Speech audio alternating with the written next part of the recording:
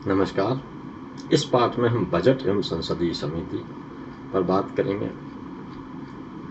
संसद के अन्य कार्यों पर बात करेंगे और प्रेस दीर्घा पर बातचीत हम करेंगे।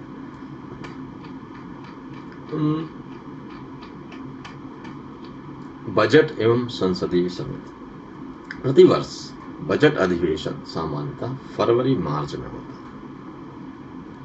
इस अधिवेशन में दोनों सदनों के सदस्य उपस्थित होते हैं। इस संयुक्त अधिवेशन में सर्वप्रथम राष्ट्रीय संसद को राष्ट्रपति और प्रदेशों के विधानमंडलों में वहां के राज्यपाल संबोधित करते हैं। इस अभिभाषण में विगत वर्ष की सरकारी गतिविधियों की समीक्षा और भावी नीतियों तथा विशेष महत्व के विधायिका कार्यों की ओर संकेत निहित रहते हैं। इस अभिभाषण पर जनता के द्वारा चुने गए प्रतिनिधि अपने अपने दल की नीति और निर्दलीय हो तो निजी विचार के अनुसार बहस करते हैं। यह बहस दोनों सदनों में अलग अलग चलती है और राष्ट्रपति के प्रति अभिभाषण के लिए धन्यवाद प्रस्ताव पारित किया जाता है। यदि धन्यवाद प्रस्ताव नहीं पारित हो पाता अथवा सदन द्वारा उसका कोई बड़ा संशोधन बहुमत से स्वीकार कर लिया जाता है तो इस स्थिति में सरकार के प्रति अविश्वास माना जाता है और सरकार से त्याग पत्र दे देने की अपेक्षा की जा सकती है। धन्यवाद प्रस्ताव पारित हो जाने के पश्चात सदन में वार्षिक बजट पर विचार किया जाता है। संसद और विधानमंडलों की विभिन्न समितियों के कार्यों, उनके सदस्यों के संबंध में पूरी जानकारी होनी चाहिए। बजट संसद के कार्यों में महत्वपूर्ण स्थान रखता है।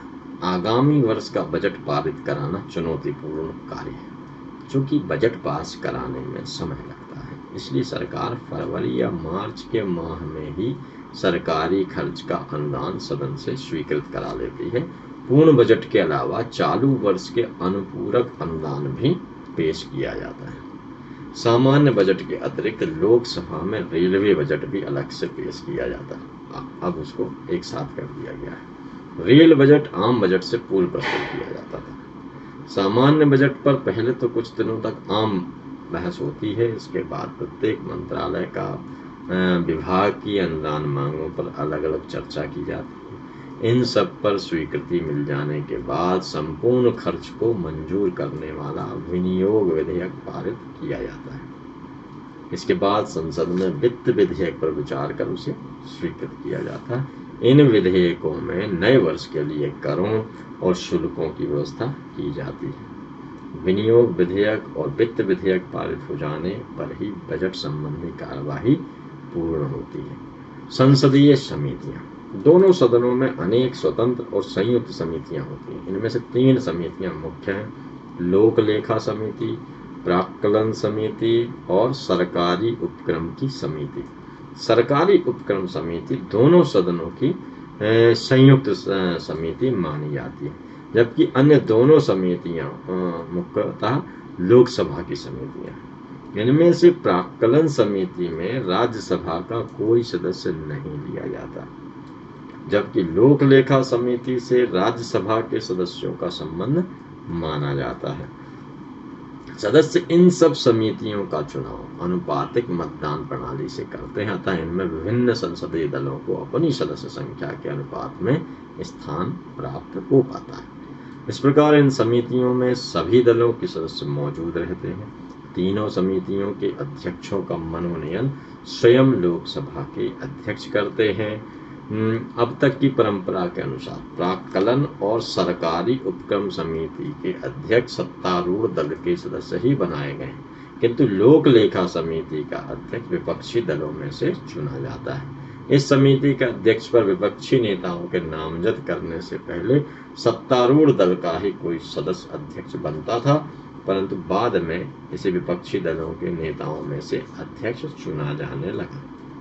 इन 3 समितियों के अलावा किसी विधेयक पर दोनों सदन संयुक्त अथवा अलग अलग प्रवर समितियां गठित करते हैं। प्रवर समितियों और इन सब तीनों समितियों के विशेषाधिकार वही होते हैं जो पूर्ण संसद के रहते हैं। इन सब समितियों की रिपोर्ट संसद में पेश होने के पूर्व समाचार पत्रों में प्रकाशित नहीं की जाती। क्योंकि ऐसा करना संसद के विशेषाधिकारों के दायरे में आता है। दोनों सदनों की कई अन्य समितियां भी होती हैं जिनके काम अलग अलग हैं। उदाहरण के लिए दोनों सदनों की कार्य सलाहकार समितियां होती हैं। वह फैसला करती हैं कि सरकारी विधेयकों, प्रस्तावों, वक्तव्यों आदि पर विचार करने के लिए कितना कितना समय दिया जाना चाहिए। दोनों की विशेषाधिकार समितियां भी होती हैं जो विशेषाधिकारों का उल्लंघन करने की शिकायतों पर विचार करती हैं। उपर्युक्त के अतिरिक्त कुछ अन्य महत्वपूर्ण समितियां भी हैं, जैसे आश्वासन समिति। यह समिति मंत्रियों द्वारा सदन को दिए गए आश्वासनों, वचनों और प्रतिक्रियाओं की जांच करके यह रिपोर्ट देती है कि आश्वासन कहाँ तक पूरे किए गए। दूसरी होती विधायन समिति। यह समिति इस बात की जांच करती है कि विनिमय, नियम और उपनियम बनाने में संविधान और संसद प्रदत्त अधिकारों का प्रयोग उचित ढंग से कर रही है या नहीं। संसद के दूसरे अन्य कार्य। संसद के कार्य देश के लिए संविधान बनाना और सरकार को अपेक्षित धन उपलब्ध कराना है। किसी कानून को तभी वैध माना जाता है जब संसद के दोनों सदन उसे मान्यता दे देते हैं। वित्त विधेयक के संबंध में लोकसभा के निर्णय को अंतिम माना जाता है। सदन के सभी कार्यों को मुख्यतः 4 वर्गों में बांटा जा सकता है। जैसे पहला है सरकारी कार्य। संसद में प्रस्तुत की गई सभी प्रस्तावनाएं सरकारी कार्य के अंतर्गत ही आती हैं। इस वर्ग के कार्यों से संबंधित सभी सूचनाएं सरकार के सदस्य मंत्री, राज्य मंत्री, उप मंत्री अथवा संसदीय सचिव देते हैं। दूसरे हैं गैर सरकारी कार्य। इस प्रकार के कार्य सदन के सभी दलों के सदस्यों द्वारा प्रेषित हो सकते हैं। विभिन्न मंत्रालयों से संबंधित मंत्रियों से किए जाने वाले सभी प्रश्न इसी वर्ग में आते हैं। अर्ध सरकारी कार्य। सरकार द्वारा सदन के पटल पर रखे गए और गैर सरकारी सदस्यों की ओर से आने वाले प्रपत्रों पर वाद विवाद को अर्ध सरकारी कार्य वर्ग के अंतर्गत माना जा सकता है। चौथा है सामान्य कार्य। इस वर्ग में शोक प्रस्ताव, बधाई, विशेषाधिकार तथा कार्यप्रणाली से संबंधित प्रश्न और समितियों के चुनाव आदि आते हैं। संयुक्त अधिवेशन। संयुक्त अधिवेशन में दोनों सदनों की संयुक्त बैठक होती है जिसमें राष्ट्रपति अपना अभिभाषण पढ़ते हैं। अभिभाषण में पिछले वर्ष की सरकारी गतिविधियों की एक प्रकार से समीक्षा की जाती है, भावी नीतियों और कार्यों की ओर इशारा किया जाता है। अभिभाषण पर दोनों सदनों में अलग अलग चर्चा होती है और राष्ट्रपति के प्रति धन्यवाद प्रस्ताव पारित किया जाता है। यदि प्रस्ताव पारित न हो सके या उसमें कोई ऐसा बड़ा संशोधन सदन मंजूर करे जो सरकार की महत्वपूर्ण नीतियों के विपरीत हो या उसे अमान्य कर दे, तो सरकार से अपेक्षा की जाती है कि वह त्याग पत्र दे दे। अनुच्छेद 377 के तहत उठाए जाने वाले मुद्दे। ऐसा मामला जो संसद की अन्य प्रक्रियाओं के तहत संसद में नहीं उठाया जा सकता, उसे अनुच्छेद 377 के तहत उठाया जा सकता है। अब हम जानेंगे प्रेस दीर्घा। संसद के लिए वरिष्ठ पत्रकारों की एक प्रेस दीर्घा होती है। इस दीर्घा के सदस्य 1 वर्ष के लिए अध्यक्ष द्वारा मनोनीत किए जाते हैं। पत्रकारों को प्रेस दीर्घा में प्रवेश देने की मान्यता इस दीर्घा की समिति की अनुशंसा पर ही की जाती है। सामान्यतः अध्यक्ष समिति की अनुशंसा को स्वीकार कर लेता है, किंतु अध्यक्ष पर ऐसी कोई नियमित बाध्यता नहीं होती। समिति परामर्शदात्री होती है, अतः उसके द्वारा की गई अनुशंसाओं के मानने या न मानने के लिए अध्यक्ष को पूर्ण स्वतंत्रता होती है। जो पत्रकार 10 वर्ष या उससे भी अधिक की संसदीय रिपोर्टिंग का अनुभव रखता है, उन्हें संसद के केंद्रीय सभागार और मतदान कक्ष में जाने के लिए स्पेशल पास जारी किया जाता है। संसद भवन के केंद्रीय सभागार में दोनों सदनों, लोकसभा अथवा राज्यसभा के संयुक्त अधिवेशन तो होते ही हैं, इनमें दोनों सदनों के सदस्यों की अनौपचारिक बैठकें, व्यक्तिगत मुलाकातें और गोष्ठियां भी प्रायः होती रहती हैं। इसलिए संवाददाताओं को प्रायः अनेक महत्वपूर्ण समाचार इसी केंद्रीय सभा कक्ष से प्राप्त हो जाते हैं। राजनीतिक संवाददाताओं, स्तंभ लेखकों और हर समय कुछ नया एक्सक्लूसिव लिखने के लिए प्रयत्नशील पत्रकारों को इस केंद्रीय सभागार की गतिविधियों में विशेष रुचि होती है। प्रेस दीर्घा की अग्रिम स्थानों पर रेडियो, टेलीविजन, समाचार एजेंसियों तथा प्रमुख समाचार पत्रों के प्रतिनिधि बैठते हैं। सभी संवाददाताओं के लिए हेडफोन होते हैं, जिनकी सहायता से संसद सदस्यों द्वारा दिए गए किसी भी वक्तव्य का हिंदी अंग्रेजी में अनुवाद लाइन बाय लाइन ट्रांसलेशन सुना जा सकता है। संसदीय संवाददाता अपने अन्य सहयोगियों से मिलकर थोड़ी थोड़ी देर के लिए रिपोर्टिंग का समय निर्धारित कर लेते हैं। व्यवहार सूत्र। संसदीय या विधायिका संवाददाताओं के लिए निम्नलिखित व्यवहार सूत्र उपयोगी हो सकते हैं। पहला है, भारतीय संसद ने संसद कार्यवाही प्रकाशन संरक्षण अधिनियम 1956 बनाया है। यह अधिनियम संसद की रिपोर्टिंग करने वालों के लिए पथ प्रदर्शक का काम करता है। प्रत्येक रिपोर्टर को इस अधिनियम का अध्ययन करना चाहिए।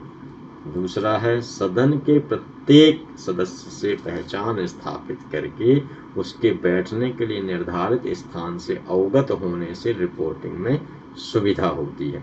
कौन सदस्य किस दल से संबंधित है या निर्दलीय है, इसकी जानकारी रखनी चाहिए, जो कि रिपोर्टिंग में मदद करती है। तीसरा है, सदन के अध्यक्ष जिस कार्यवाही या उसके किसी अंग को अमान्य कर दें या गुप्त रखने का आदेश दें, उन्हें प्रकाशनार्थ न भेजा जाए। किसी प्रस्ताव पर हुए मतदान के समय पक्ष और विपक्ष में प्रकट किए गए महत्वपूर्ण विचार का उल्लेख आवश्यक है।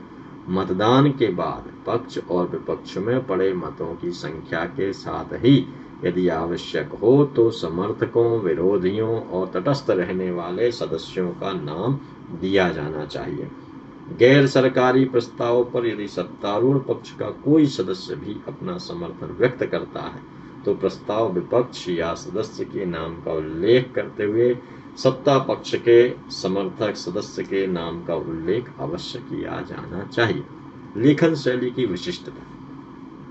संसदीय समाचारों की रिपोर्टिंग करते समय, लिखते समय संवाददाताओं के सामने सबसे बड़ी परेशानी यह होती है कि उन्हें 5-6 घंटे या उससे भी अधिक समय तक चलने वाली कार्यवाही की रिपोर्ट को संक्षेप में देना होता है, क्योंकि समाचार पत्र में एक सीमित स्थान रहता है।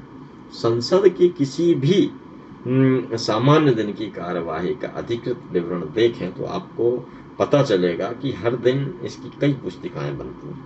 इसलिए संसदीय संवाददाता की दक्षता उसके इस गुण में निहित रहती है कि वह लंबे और कभी कभी हंगामा और कोलाहलपूर्ण कार्रवाई को किस प्रकार संक्षेप में लिखे। संवाददाता का यह भी कर्तव्य है कि कार्यवाही का यथासंभव सही चित्र प्रस्तुत करे और उसमें सभी सदस्यों को उचित स्थान दे जिन्होंने उस चर्चा में भाग लिया। संवाददाता को यह भी नहीं भूलना चाहिए कि उस सदन का सदस्य नहीं है, अपितु वह एक विशेष दर्शक है।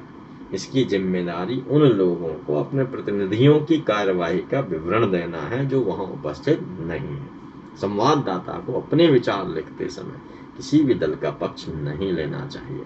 संसदीय संवाददाता का वास्तविक दायित्व यह होता है कि वह अपने पाठकों को यह बताए कि संसद में आज क्या हुआ, ना कि वह बताए कि किसने क्या किया।